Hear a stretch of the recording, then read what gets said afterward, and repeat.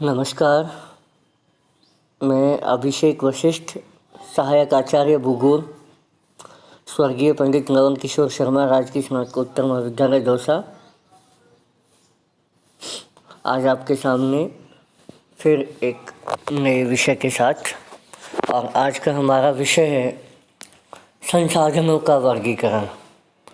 इससे पूर्व के विषय में हमने संसाधन शब्द को समझा था कि संसाधन क्या है, और आज हम पढ़ने जा रहे हैं कि संसाधन को किस प्रकार वर्गीकृत किया गया है, संसाधन कितने प्रकार के होते हैं। साधारणतः हमारे दिमाग में संसाधनों के नाम पर दो तरह के संसाधन आते हैं, नव्यकरणीय और अनव्यकरणीय। लेकिन संसाधनों का वर्गीकरण बहुत बड़ा है और आज मैं इसी विषय पर विस्तृत चर्चा करूँगा। संसाधनों का वर्गीकरण तीन प्रकार से किया जा सकता है। एक, उत्पत्ति के आधार पर, दूसरा समाप्यता के आधार पर, और तीसरा स्वामित्व के आधार पर। इस तरह से संसाधन तीन प्रकार से विभाजित किया जा सकते हैं। तो हम यहाँ एक एक को अलग अलग स्लाइड में एक एक आधार पर हम उसका वर्गीकरण देखेंगे। सबसे पहले हम बात करते हैं उत्पत्ति के आधार पर। उत्पत्ति के आधार पर संसाधन दो प्रकार के होते हैं, एक जैव संसाधन और एक अजैव संसाधन। जैव संसाधन हमारे पर्यावरण में उपस्थित वे सभी वस्तुएं जिनमें जीवन है को जैव संसाधन कहा जाता है। देखिए, वो सभी संसाधन जो सजीव हैं, जिनमें जीव है, वे जैव संसाधन हैं। जैसे जितने भी जीव जंतु, वनस्पति, मनुष्य स्वयं, ये सब प्राणी जगत, जीव जगत, वनस्पति जगत, ये सब इसके अंतर्गत आते हैं। दूसरा है अजैव संसाधन। हमारे वातावरण में उपस्थित वे सभी संसाधन जो निर्जीव हैं, जिनमें जीवन नहीं है, भौतिक है, जैसे चट्टान, पर्वत, नदी, तालाब, समुद्र, धातु, जितने भी धातुएं हैं, लोहा, तांबा, शीशा, जस्ता, अभ्रक, हवा, ऑक्सीजन, नाइट्रोजन, कार्बन डाइऑक्साइड, सारी गैसें, सूर्य का प्रकाश, इवन लकड़ी जब तक पेड़ पर है वो सजीव है, जब पेड़ से अलग होती है कटने के बाद वो निर्जीव है। देखिए आप, तो यहाँ दो तरह के संसाधन हैं, एक जैव संसाधन और एक अजैव संसाधन, जो इनकी उत्पत्ति के स्रोत पर डिपेंड करता है। यदि ये इनमें जीव है, ये प्रजनन करते हैं, ये गति करते हैं, ये वृद्धि करते हैं, श्वास लेते हैं, और यदि ये इनमें से एक भी कार्य नहीं करते हैं तो ये भौतिक है, निर्जीव है, अजैव है। इस प्रकार उत्पत्ति के आधार पर संसाधन दो प्रकार के होते हैं। अब हम बात करते हैं जो पहले हमने पहली वाली स्लाइड में देखा था, समाप्यता के आधार पर। ये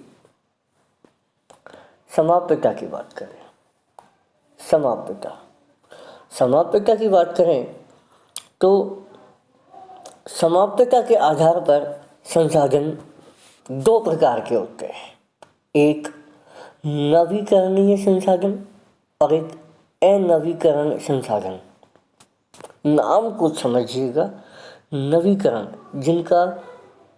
जिन्हें पुनः नया किया जा सकता है, और अनवीकरण जिन्हें पुनः नया नहीं किया जा सकता, यानी एक बार काम में ले लिया उसके बाद उनका कोई उपयोग नहीं है।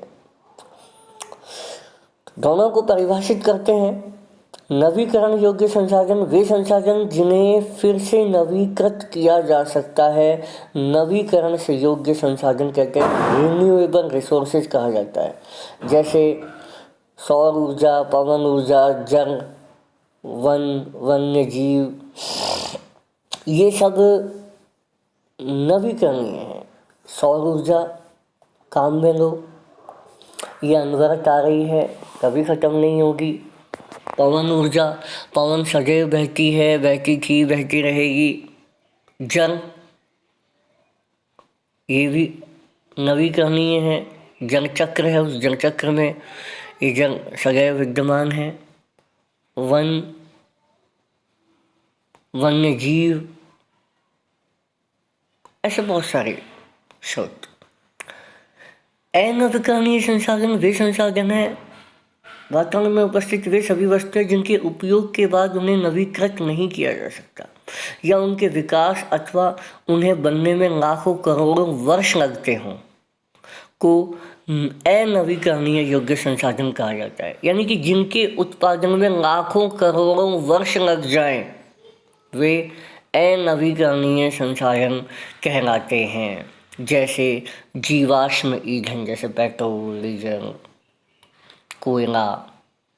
पेट्रोल ख़त्म तो ख़त्म, क्या दोबारा पेट्रोल बन सकता है? बनता है तो लाखों करोड़ों वर्ष लग जाते हैं, और लाखों करोड़ों वर्ष लगने के कारण उसे हम अनवीकरणीय संसाधन में ही सम्मिलित करते हैं।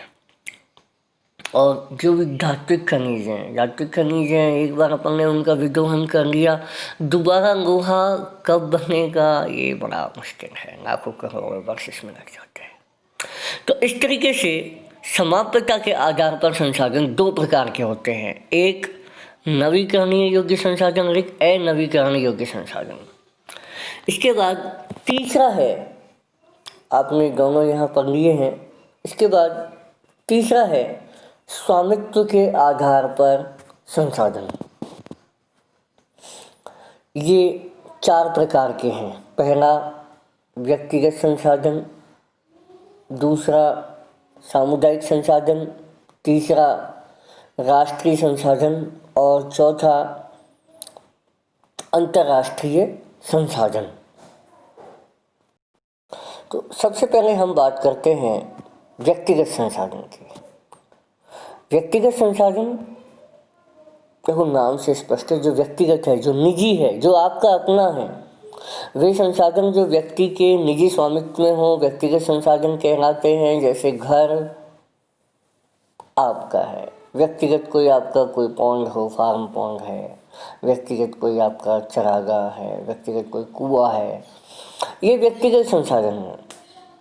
फिर आते हैं सामुदायिक संसाधन। वे संसाधन जो पूरे गांव और शहर सभी के लिए उपलब्ध हो, सामुदायिक स्वामित्व हो जिस पर, वे संसाधन सामुदायिक संसाधन कहलाते हैं। जैसे सार्वजनिक पार्क, कोई गार्डन है, कोई सार्वजनिक खेल का मैदान, कोई ग्राउंड बना हुआ है, प्ले ग्राउंड है, सार्वजनिक चरागाह है, शमशान है, शमशान सबके लिए, सार्वजनिक कोई तालाब है, नदी है, इन पर किसी व्यक्ति विशेष का अधिकार नहीं होता, ये सभी के लिए उपलब्ध होते हैं, समान रूप से उपलब्ध होते हैं। तो व्यक्तिगत संसाधन और सामुदायिक संसाधन में आपको अंतर यहाँ स्पष्ट हो रहा होगा। दोनों में यही अंतर है कि एक निजी स्वामित्व में है और एक पर सभी पूरे गांव या शहर का अधिकार होता है। पर हम जब थोड़ा और बड़े लेवल पे बात करते हैं राष्ट्रीय संसाधन, वे संसाधन जो राष्ट्र की संपदा है राष्ट्रीय संसाधन कहलाते हैं। जैसे सड़कें, नदियाँ, तालाब, बंजर भूमि, खनन क्षेत्र, तेल उत्पादक क्षेत्र, राष्ट्र की सीमा से 12 नॉटिकल मील तक की जो समुद्री महासागरीय क्षेत्र है और उसके अंदर जो भी संसाधन पाए जाते हैं, ये सभी राष्ट्रीय संसाधन है। देखो ये 12 नॉटिकल मील, आप सोचेंगे कि मैं अचानक क्या बोल गया। समुद्र की जो अपनी सीमा है, जैसे केरल है या गुजरात है, उस समुद्री सीमा से 12 नॉटिकल मील तक, नॉटिकल मील का मतलब होता है एक नॉटिकल मील में लगभग 1.805 किलोमीटर होता है। तो 1.805 जो मील है, किलोमीटर है, उसे हम नॉटिकल मील बोलते हैं। और ये समुद्री दूरी का मात्रक है। तो यहाँ ये कहना चाह रहे हैं कि 12 नॉटिकल मील तक की जो समुद्री सीमा है उसे हम EEZ या इकोनॉमिक जोन बोलते हैं और स्पेशल इकोनॉमिक जोन बोलते हैं।